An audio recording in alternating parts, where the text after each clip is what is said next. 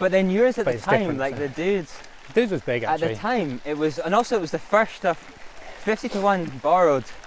I feel like the idea of like having a sort of Crew. mountain bike gang, Yeah, it was a crew, You know? wasn't it? and then making videos around that and kind of marketing like a kind of fun gang of of mountain bikers was it was the dudes was the first to kind of yeah. No, I'm so proud of it, to be honest. I couldn't be more proud of that whole, like the marketing aspect of it and the creativity of it, but also sort of just capturing what was going on as well. It was like a balance. Because obviously you go away for a week's trip and then you have a 7-minute film.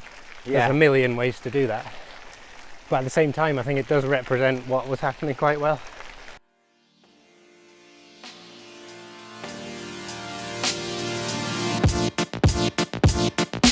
Hello and welcome to Season 2 of the Content Collector's Derailed Series. Calling it a series now, not a podcast, because we are going to be starting a podcast, an audio podcast just soon. And because these are more of a video medium, it's more like a mountain bike chat show. Think of it like a mountain bike chat show. Is that worth saying? I think it's worth saying. It's a mountain bike chat show. We were the first to do it. Everyone else sucks. We've been working hard over the summer. We've got a whole season coming up. This first episode is with... Oh, wait, hold on a second. There's another thing to add. If you would like to... The other one was also good. The previous Derailed season. Season 1. You can look at that up here. We've got a bunch of great guests on that one too. This episode 1 of Season 2 is with Joe Barnes. We went for a ride in June up in Dunkeld. And I followed him down a track that I had a very poor result on the previous week. So I was a little bit insecure going into it, but did my best to keep up with him. So you should be able to see Joe in the camera for most of the way down.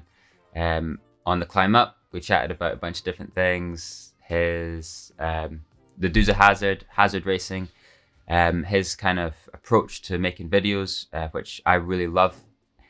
They're very different, very unique. So we talk a bit about that and a bunch of other things. I think you're going to really enjoy it. This was one I really enjoyed. So stay tuned. Well, don't stay tuned because you're already tuned. Well, I suppose stay tuned to this particular episode. Keep watching. It's worth it. I really hope you enjoy it. See you now,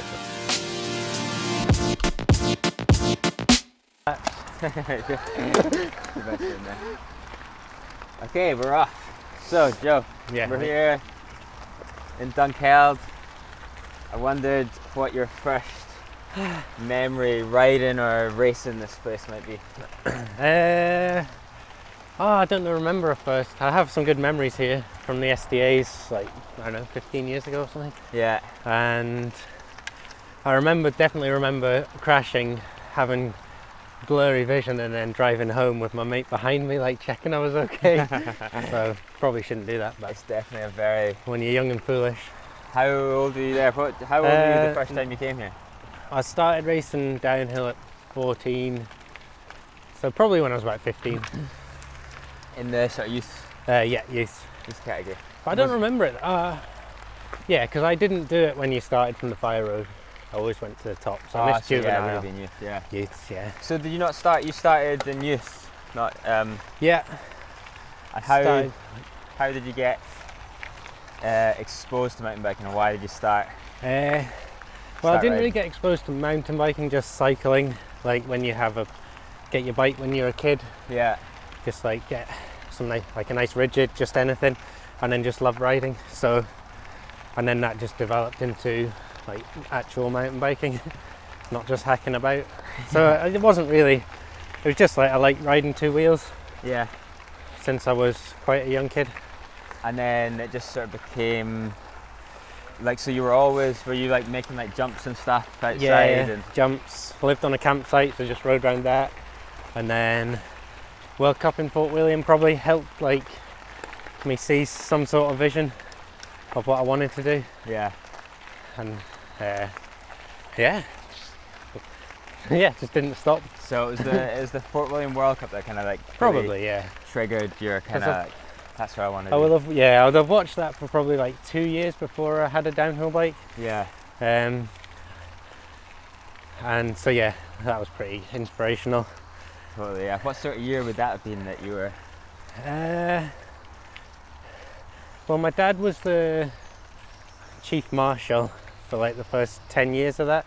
Oh, So really?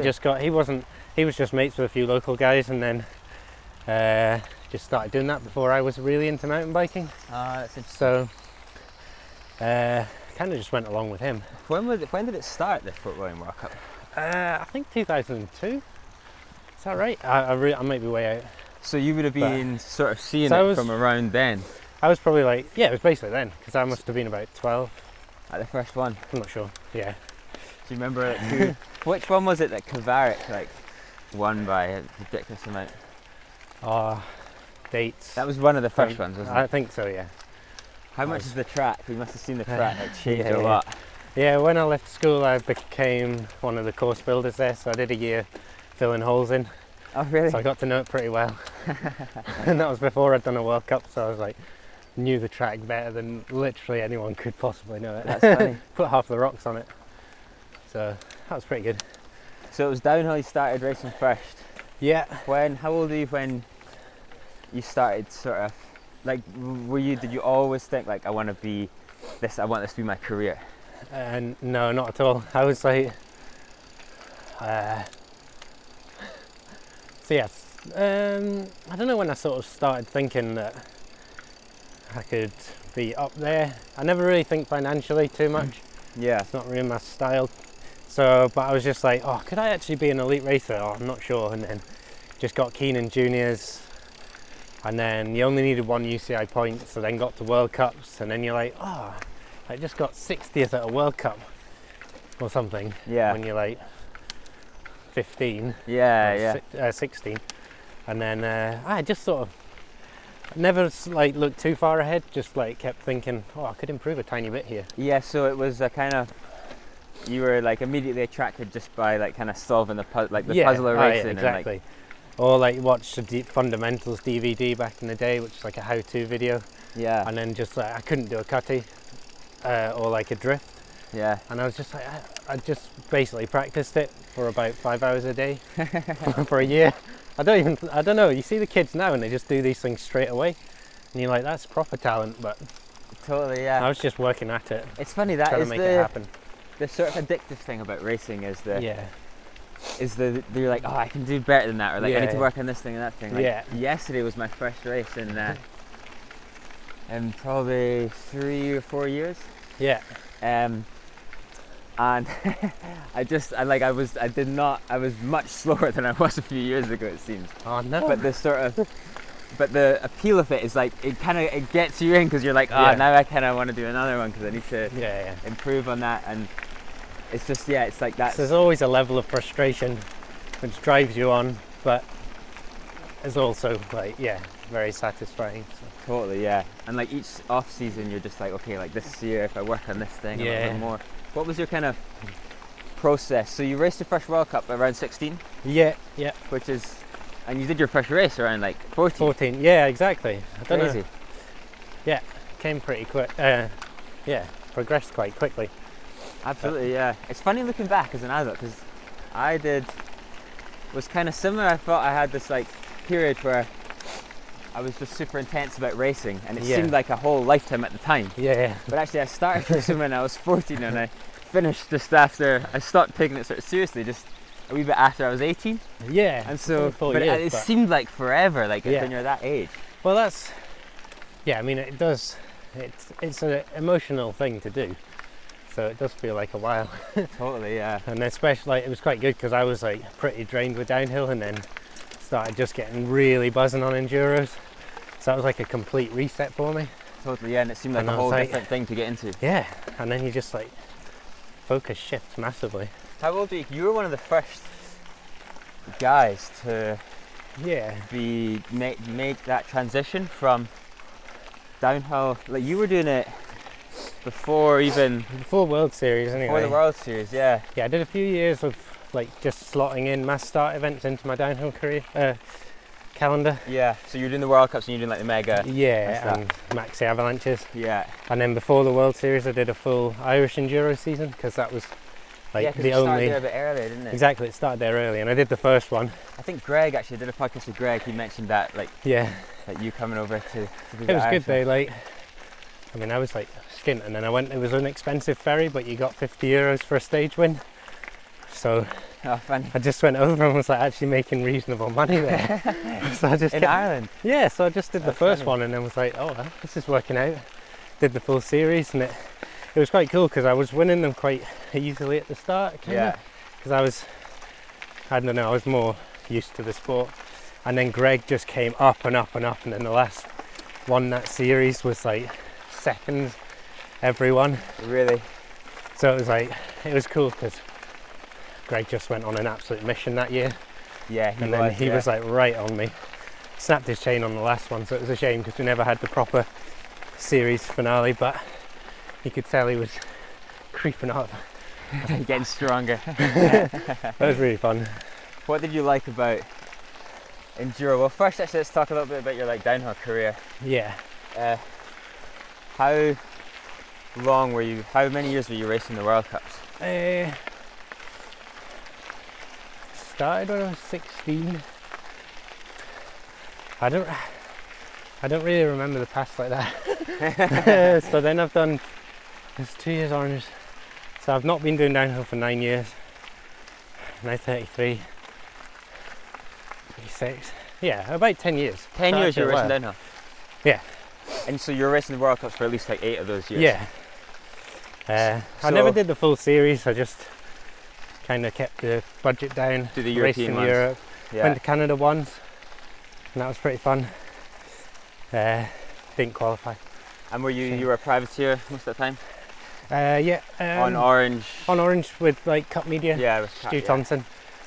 Same team as Hutchie for a few years. That was right. I was like, it was like Stu's dad set up the clan. Chris knows more about this than me.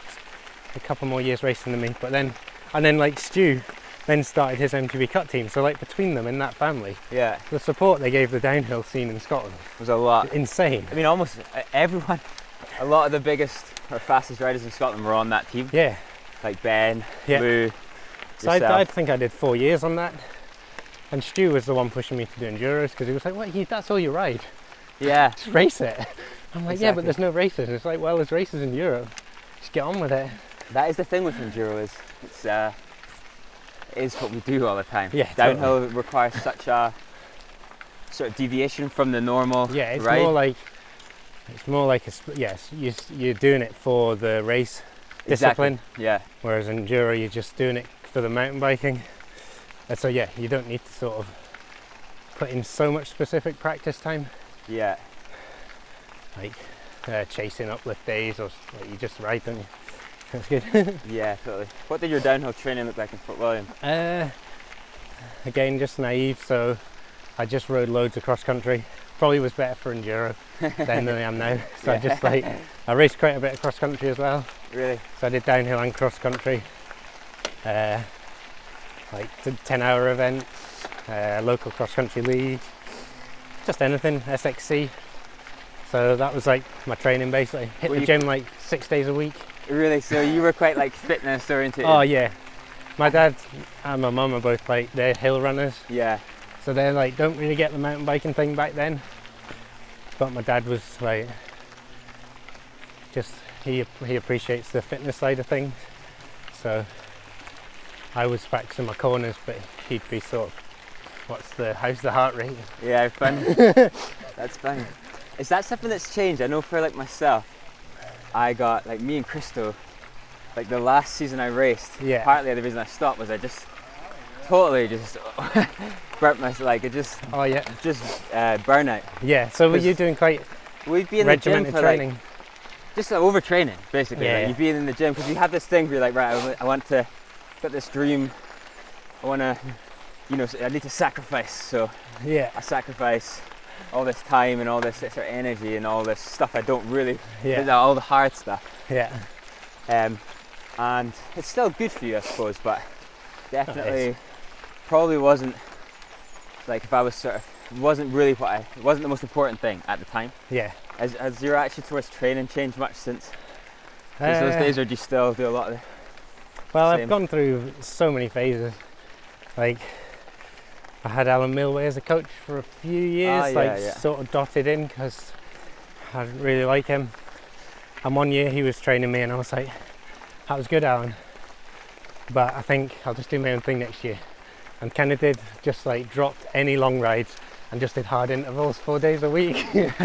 And then, lo and behold, the next year I got my best ever World Series year. Really? Podiums, no bother. And then the day after finale, got back on it. Yeah. And then after a month later, just basically was totally ruined. And then it took me about a year and a half to not be ruined. Do you think so with overtraining? Oh, just totally overtrained. But it got me some, like, my top speed, so... That's interesting. I don't know. That's the thing with racing, it's such a...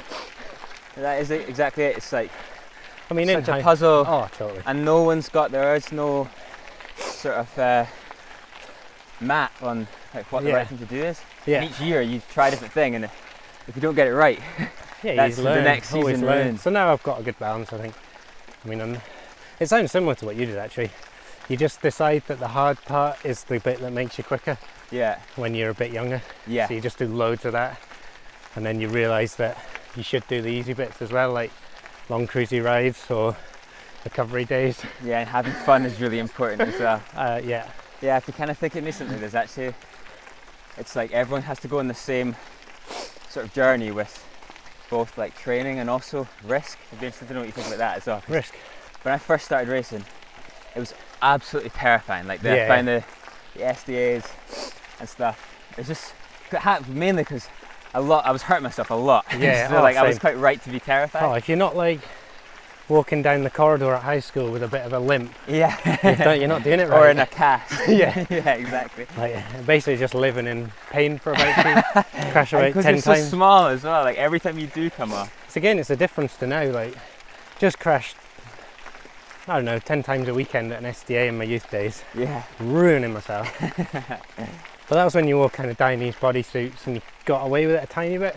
Yeah. Just like a bit of pain, but can't really do that when you don't wear body armour. No, not as much. You gotta be. But anyway, I don't crash. I'll crash like once a year now. That's and funny. It'll just be a little tip. I just don't know why. I suppose you're just a lot more experience. Yeah, it must be that. Yeah. Like if I'm gonna crash, I just somehow, I don't know, brake and then don't or something. So fingers crossed. Injury and risk is. I mean, you could say it's been a weak point because everyone else rides a bit quicker and end's injured every few years, and I just smooth sailing. Don't. That's funny. I think I finished like the first 47 World Series. I think there was only 2 of us who did it. Funny. And then I snapped my chain at the start of a long stage and lost about 4 minutes. And I was like, I kind of want to get this monkey off my back that I have to finish. Yeah. Because you don't have to finish if you've lost 4 minutes. Whereas like before, I'd have just. You'd have just been like. Just crack on, even though I raced a season and a half with a broken hand as well, which didn't help.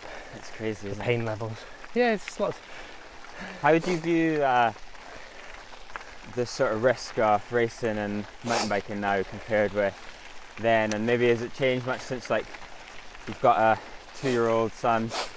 Has that sort of changed anything for you? Or? No, I don't think so. It's hard to tell. But I don't know, it doesn't seem to have affected my risk taking. Yeah. Because I actually just don't feel like I ever take any risks, so maybe that's why the two in my mind aren't connected. Yeah, totally, yeah. I'm just like, well, if you come into the turn too fast, then you're braking it. Yeah. So it's more just how to make the trail flow and work well, totally, rather than, I need to not brake here because it'll be dangerous. It'll be dangerous, yeah. Yeah, that's interesting. Yeah. Is that the same as you were when you were racing downhill, do you think? Yeah. Really? Yeah, I don't know. Kind of have a bit. I don't like doing like jumps. That's something that just never been any real jumps where I live. Yeah. So that's sort of like one thing which maybe I'm scared of, but like fear on the track. It's different. It's not really totally the same. Eh? That's the same, I think, for a lot of Scottish riders. Like I'm exactly the same. Yeah. Because most of our just never had a chance to do much jumps. I remember not being so freaked out by them when I was younger. I think because that was what, like, I don't know if you were the same, but like when I first got into riding, it was like all these sort of 2000s videos of like these American dirt jumps. I don't know why I just felt compelled that I had to do a suicide no-hander on every jump. Yeah, exactly. Yeah, you like you want to learn tricks, like no for your hands. Yeah. But then you realise there is no jumps. Yeah. And the ones that there are either get like destroyed because of health and safety laws, or they're like a little kicky rock or something. Yeah, exactly. And so then by the time you're sort of racing World Cups or whatever, there's all these jumps in the track. Yeah. That you're like, shit, man, gotta. I know. Usually they're not too bad. I don't mind just hitting them because you like get it done. Yeah, exactly. Yeah. And normally they're not so kicky, are they? They're more like lunge. Yeah, they're more just like long ones. But it's definitely a thing. Totally. So could improve on. What do you prefer about racing enduro to downhill? I like that the tracks are generally a little bit slower and more technical, and I like the fitness element. Like I know you have to be at the top of your game in both, but you can be slightly leaner and slightly like to be in the gym maybe more lungs related in enduro. Yeah. So I like that style where I'd sort of my natural body type would be more XC, so enduro is good for me. Yeah. And then anything that's like tight and technical I just love. Yeah. Totally. So that's what I get. There's a lot of that in enduro. Yeah, and there was more of that in downhill, and that's getting faster and faster now. I know Leogang there was pretty technical, but still I think maybe because enduro is there now, they're making downhill quicker, I don't know. But that's definitely what I enjoy about it. Totally. Yeah. Yeah. So let's talk about your kind of, the other thing, you've kind of been in some ways a bit of a pioneer with a few things. Like if we look at where mountain biking is now, and what everyone's doing, you know, you were kind of ahead of the curve. Like we're all on these enduro bikes. Most people that aren't like racing World Cups at the top level are racing enduro. Yeah. If they still want to race. Yeah. And also people have realised that if you want to, you know, if you want to make a sort of career out of it, you've got to be doing more than just races. Totally. And like you guys first with like Dudes of Hazard, now with Hazard Racing, you've been like quite. Did you have a sort of intuitive sense that like, or was it just a sort of fun thing that you were doing at the time? No, it was. I mean, it's obvious, isn't it, that if you want to get a deal to ride your bike, you're basically a marketing person. Yeah, exactly. Even when you're racing. So, and then Stu obviously tied in nicely. Thompson Mountain Bike Cup owner. He had a video firm, and he's pitching videos to his clients. Yeah. And then the race team, he does videos with us, and it's like, I could just do some of my own. And then, I don't know, I think a lot of people, when they're younger, get a video camera or phone, and it's just fun getting clips, isn't it? Totally, yeah, it is, yeah. So I'd do that. I lived in the country, didn't have that many mates nearby when I left school, because I left school a bit early. So I'd just set the camera up and just rip it past it, push back up, and then go home and watch on my footy and be like, this is amazing. Yeah, totally. In a sort of weird, I wrote that so nice kind of way, which is a bit weird, but Look at me shred. Well, you just by yourself. There is a certain pleasure in that, especially when you're competing and stuff, because you do. I suppose it's you're putting your heart and soul into everything about it, so it's a bit of a sort of reward. So I think obviously now, like the managers, or if you get a deal with someone, they'll say, "Oh, we need so many Instagrams and so much content."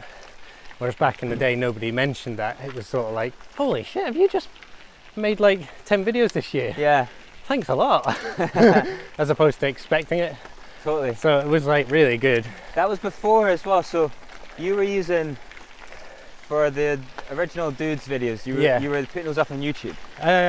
No, that was like, YouTube has changed a bit, where back in the day, if it was a copyrighted song, YouTube would just take the music off it and it would just be silent. So you didn't so I just put everything on Vimeo, basically. Vimeo and Pinkbike, because they were the players that you could use music, and I thought it's pretty small time, just use what you want. Yeah. And so I just use Vimeo. So I'm way behind on like the YouTube stuff now, because might have spent like 10 years making videos, but they're not on YouTube. But I don't really care. People who watch them, people who know about them watch them. So, yeah, and then I just love the creative side of it as well. Like I just spend like a week making a thumbnail. Yeah. And be like satisfied with that. Nobody else cares, but I'm pleased. I think that's so obvious from your videos, and something like I've absolutely loved the ones you put out recently as well with Berg. Yeah. Like so much, because they're so unique, like within this space. Yeah. And you create such a great kind of like playful kind of vibe with them. Yeah. That's very much like what this sport is for us. Is like something we did as kids that is like fun. I know. It's and like getting your a bit videos, old now, but trying to keep it light. Totally, yeah. Yeah, your videos just do such a great job of. Yeah, I have a few like rules I play with. I don't play with. They're just rules, but they're just more like a reflection of what I like. Where like a lot of parents show their kids the films I make, whereas like I know 50 to 1, for example, is quite a sort of similar vibe. But sometimes you're like, oh, that's not quite PC. Yeah. So it's always cheeky, bit of toilet humour and all that, but it's always on the PC side, and the kids like it, and that's good. But it doesn't detract from like adult psyching as well, I think. I don't think so, no. Yeah, and just keep it weird. Yeah, see how it goes. I really enjoy them. I don't have any plans for the future, but I'll definitely put a few more videos out. You enjoy making them? I really enjoy making them. Yeah. I mean, yeah, I've always enjoyed watching them so much. Yeah. It's interesting. I suppose 50 to 1. I mean, I'm not slagging them off. They've got their audience, and their audience they've got their own. It's their own thing, and they've got their own audience. But their audience is maybe like 20 times bigger than the Hazard or my audience. So like, there's. But then yours at the time, like the dudes was big actually. At the time, it was, and also it was the first stuff. 50 to 1 borrowed. I feel like the idea of like having a sort of crew, mountain bike gang. Yeah, it was a crew, wasn't it? And then making videos around that and kind of marketing like a kind of fun gang of of mountain bikers it was the dudes was the first to kind of. Yeah. No, I'm so proud of it, to be honest. I couldn't be more proud of that whole, like the marketing aspect of it and the creativity of it, but also sort of just capturing what was going on as well. It was like a balance, because obviously you go away for a week's trip and then you have a 7-minute film. There's a million ways to do that, but at the same time I think it does represent what was happening quite well. So absolutely, I love them. They're good. No, you should be so proud of them as well. I always enjoyed watching them so much, and it was very much, it was exactly as you say, like for those people kind of growing up obsessed with mountain biking and racing, and then getting the chance to go out to Europe and be in the van. Like that's what it's like. Isn't it? You're having like showers in waterfalls or in like fountains, and like everyone's eating a baguette, and then it's like you just make it a bit like so it clips together nice in a film, and then it's like that's what you do. Totally, yeah. Even the Vans acts as well, because they're similar too. Yeah. But that came afterwards as well. Like, I suppose the similarity is in like this crew vibe, but probably the winning formula is basically just portraying friendship, if you know what I mean. Exactly. It's like Starsky and Hutch. Yes. Yeah. Or like there's like a little connection which you get across in the film, and that's why self-producing your own stuff works so well, because if you get someone else in, the shots might be a bit more stable and a bit better filmed, but you'll lose that like relaxed vibe. You lose the chemistry and the kind of unique thing that was like you and your friends. So it's definitely like, I mean, so many people can make some amazing films. I want to see more happening, but well, not even amazing, just, you know what I mean? Yeah. Make some cool films. It's just keeping it chill. True to yourself as well. Totally, yeah. Yeah, that's what's great. I mean, this was great about 50 to 1. This was great about the dudes. Yeah. It's like, it was just, this is what we're about. Yeah. I suppose like. No, I like it. Yeah, absolutely, yeah. When you're riding like, or just hanging out with the same people all the time, you kind of develop your own little culture almost. Oh yeah, definitely. I was like, I kind of just, again, that was like as it was, because I never really spoke to anyone when I was younger. I just was like one of those shy kids. Yeah. So I'd have like, when I got friends with someone, then that is it. Yeah. You're just in your group. Yeah. And then it was really weird riding for Canyon because I got forced into like a team.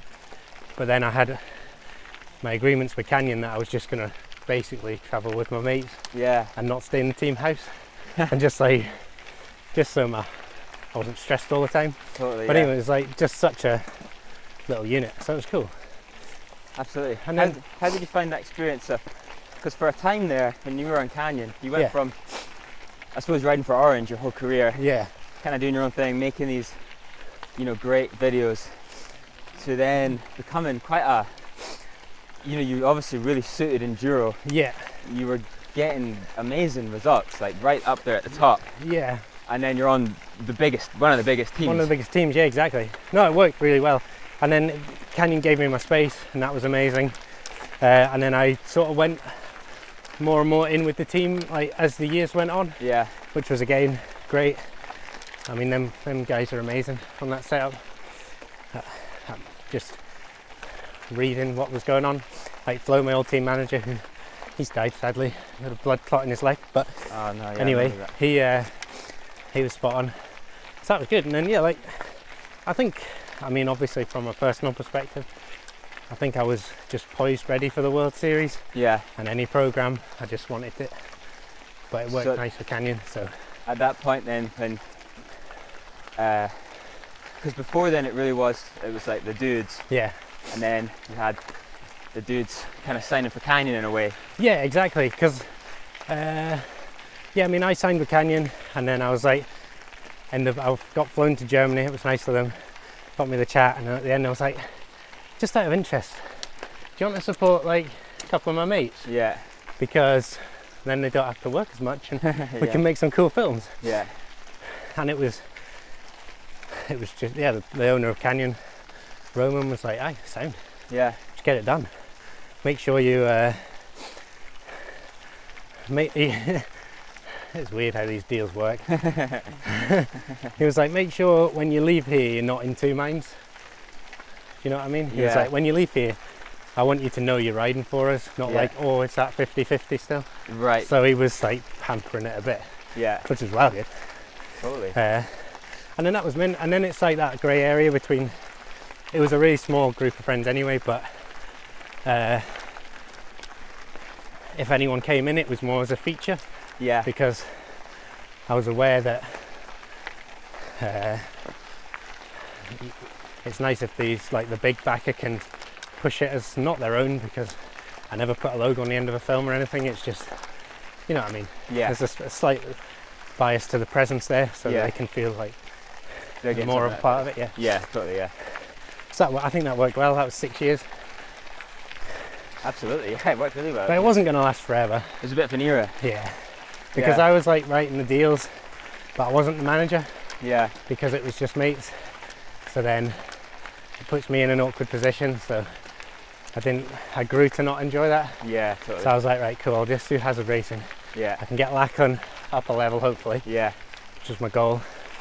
And it worked. I think I succeeded. AA's now on a factory ride. And I will like be called the boss as opposed to being like, is he the boss? Yeah. Do you know what I mean? And that was mint. I suppose that's the difficulty of, and it happens in so many, especially in like kind of creative things. And the dudes was very much a creative endeavor. I mean, you were making like this very unique content that was quite valuable to the brands you were working with. Because it's that balance between like you say, where do you place the value on the dudes, you could say, and where do you place it on the individuals? Yeah. And you'll never know, but there's definitely something on the dudes. Totally, yeah. Because you've put 10 years of branding work into it. I suppose it's most similar to like bands, you know, like 100%. It's just something like the Rolling Stones, like Keith Richards and Mick Jagger had sort of famous. Yeah. You know, like we're constantly arguing with each other. Yeah. But it was like. It was the four of them, you know. It was that was what the Stones were. Yeah, totally. Yeah, and I think that was that with the dudes at Hazard. Like you had whatever balance you had of creative influence or anything, individual value. Yeah. It still, for me, was a unit. And that's why, I mean, it was quite close branding, but that's why I thought I need to change this up going forward. Totally.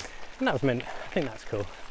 I think a lot of people, because I've branded 10 years of films as Dudes of Hazard and not my own name, I kind of Hazard and that sort of weird quirkiness sort of go together, I thought. Yeah, totally. So it's cool to keep it a bit. Yeah, absolutely. I think you've done like, as I say, I mean, I love the last video. I love your jerseys even. Oh yeah. Just the whole thing about it. It's so exactly like, this is what I love about writing. Yeah. It's so playful and fun. Well, not many people do. Well, not many people have the time. I'm in a privileged position to have the time to do such ridiculous things. But, yeah, totally. Like you can just make like the jerseys, which aren't everyone's cup of tea, but some people love them. It's basically the vibe. A bit of a Marmite sort of thing, yeah. isn't it? But then and a team manager wouldn't do that. So I would just say, and music's a good kind of music connects people, definitely. It does, and then because like now, even like what we're trying to do, with contour and stuff, you're getting more. I suppose with the advent of social media, basically, you're getting more. Mountain biking's getting more creative in a way, and like people have. You got 50 to 1, like Vanzak's. You had, I mean, there's loads of people making all these edits, like trying to almost showcase their culture, their group. Yeah. Oh yeah, it's pretty cool, and that goes back to like having that crew, which then people associate, and it's bigger than one person. Exactly. And that's just the band. That's the band. And it's that's weird. What I was going to say. It's just a unique situation if you can keep that going through deals. Yes, exactly. Because everyone wants to like eat food. Exactly. Yeah.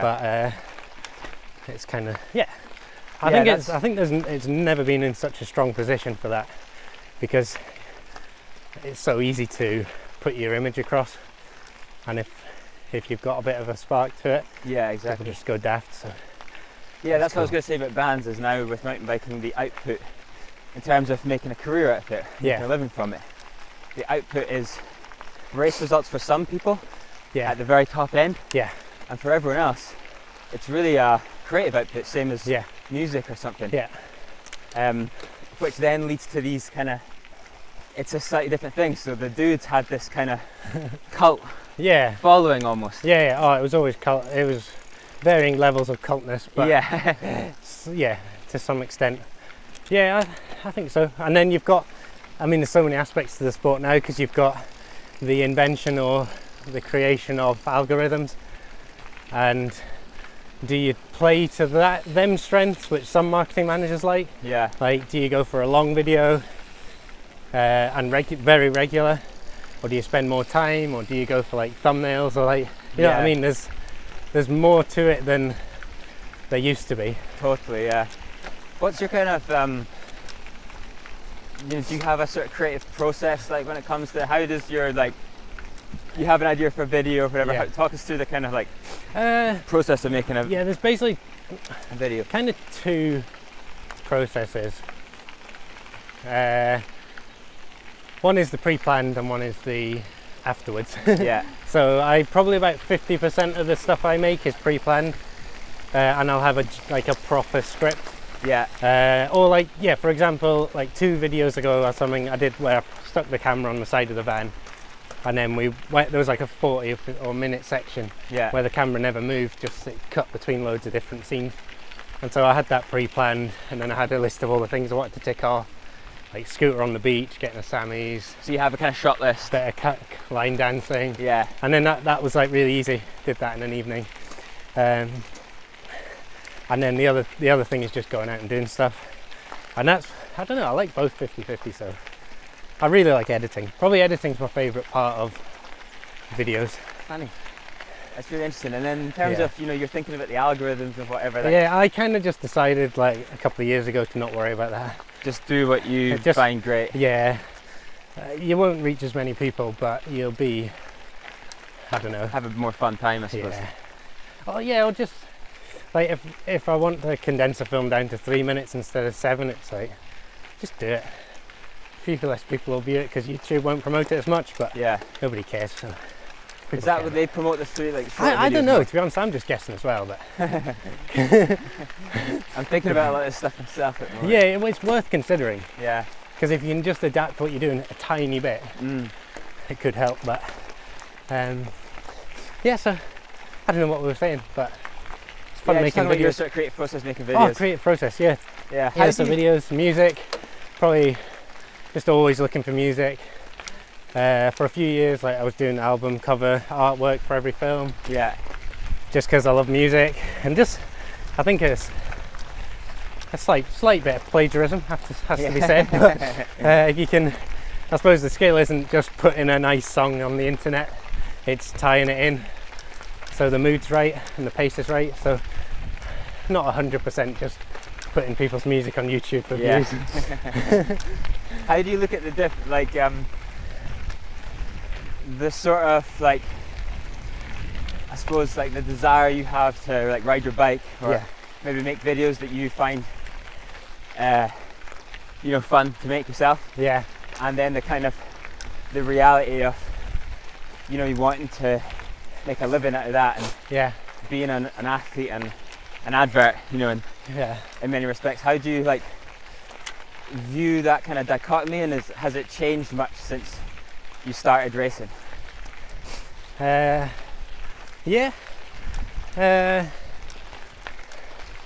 of the balance you mean between doing what you want to on the bike and having fun and racing and sort of actually being someone that's valuable to a brand. Yeah, I know what you mean. And that's for your livelihood. Well, it's actually the balance I've set up now, because I hadn't just decided to manage myself this year. Yeah. But then I'm like, how can I not help my boy Ferg out? Yeah. And he doesn't have a single piece of social media. Yeah. He only rides for himself. He's completely impressive in that regard. But he's pulling it off, obviously, because I just share his when he does something sketchy and it's rugged. Exactly. Yeah. But there's definitely you could look at that as one extreme, and me as another extreme, where I'm sort of have it in the back of my mind all the time that I could capture the situation, and is it worth it? Shall I get the camera out? Shall I not? Shall I just crack on? So there's always that, but I think it's win-win. So I think especially I'm not too bothered. Kind of the way, that's what's great about making like deliberate edits as opposed to just constantly posting what you're doing. Doing something that's not as because the edits of the dudes and the hazard racing now is like, you know, that it looks fun for you in itself, whereas just sort of just posting like all the time, tagging your sponsors is a different sort of thing, isn't it? So from a deal perspective, or whatever you want to say, when you're saying your value to people, I think if you just keep if a couple of marketing managers love what you're doing, it's all good, and then don't worry about it. But nah, totally. Good climb. That was a bit chatted in depth there. We're almost at the top now. We're gonna ride Cairn to Cottage, I believe. We just raced that yesterday. Both raced it yesterday. I was about 25 seconds behind you and Crystal. Right. So I'm gonna try and follow you down and see what I should have been doing. Well, me and Crystal were here 4 years ago, I don't know. Key race practice. So we know it, because we came and did a winter mock race with me and Crystal and Liam. I don't think we did a time on Cairn to Cottage though. No, we did. We did. Because I went the ghoulies and you beat me by 5 seconds and won the race. So anyway, that was a long time ago, but cool. Well, that's what we're gonna go right now. Sweet, good chat. Let's do it. Let's stretch some descent. Just want to ride off. Alright, we'll just ride off. Okay. Right, so we're at the top of Cairn to Cottage now. It's a really beautiful day. We had a good chat on the way up. We were just racing this trail yesterday, so I know how slow I was on it yesterday, and I'm going to do my best to see if I can keep up with Joe down it today. It's a real, it's quite a techie trail. Quite steep at the start, and then to be fair, it's quite sort of mellow towards the end. But it's really good fun. Starts right from the top. We finish right at this little cottage at the bottom, and I think it'll be a good one. Yeah. All right then, Joe. Okay. Lead me out. Good. Are the GoPros on? Yeah. Yeah.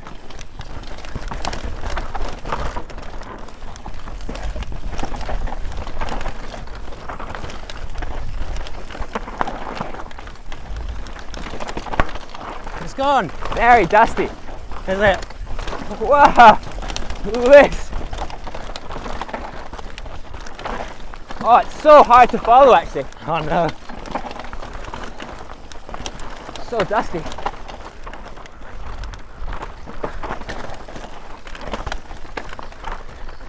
That's the one I blew out.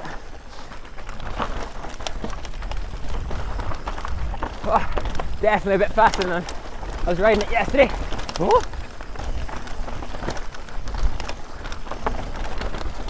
It's even harder today because trying to follow Joe is sort of hard enough. Plus, there's a lot of dust.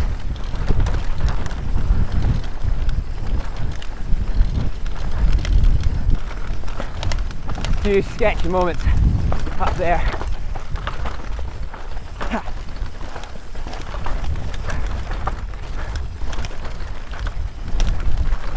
Where is he? It's really bumpy this bottom bit. Whoa. So bumpy. Yeah. It's really hard to carry your speed through.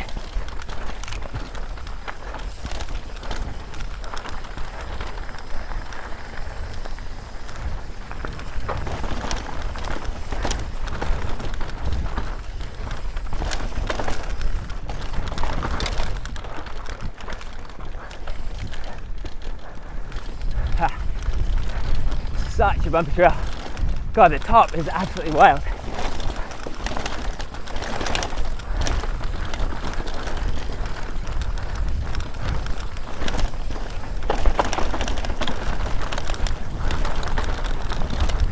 A lot.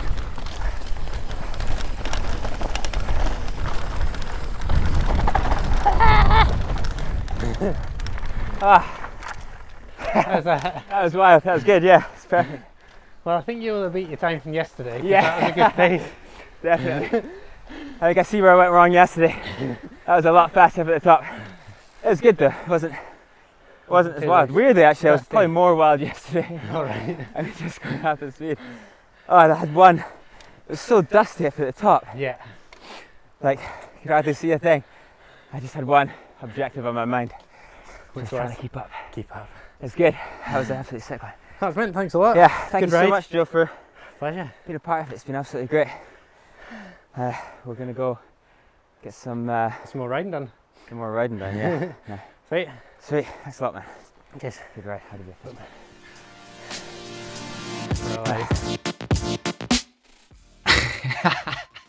Welcome to the outro. This is usually where I like to take a few digs at Crystal. I'm in his flat at the moment. I'm using all of his equipment. I've got his studio behind me and he's standing right over there. So nothing hugely critical to say of him today. Other than I like his flat. I think he's got a nice studio. I think he's a nice guy. Beyond that, nothing more to say till I get into my own studio again, and then, then we can lay it into. I hope you enjoyed the episode with Joe Barnes. I think it was a great conversation, though I can't really remember very much about it. Although by the time I'm watching this back with you guys, I will have, like you, experienced the episode, with fresh eyes. And I'm sure it was great. And I know what I'll be doing. I'll be liking and subscribing and commenting. Yeah, because I think it's good, as I explained in the last season. So please like, comment, subscribe, and stay tuned for next week, 6 o'clock. Are we still doing it? We're still doing it at 6 o'clock. 6 o'clock next week. We haven't decided who we're going to release yet, but we'll let you know on Monday or Tuesday or something. See you then.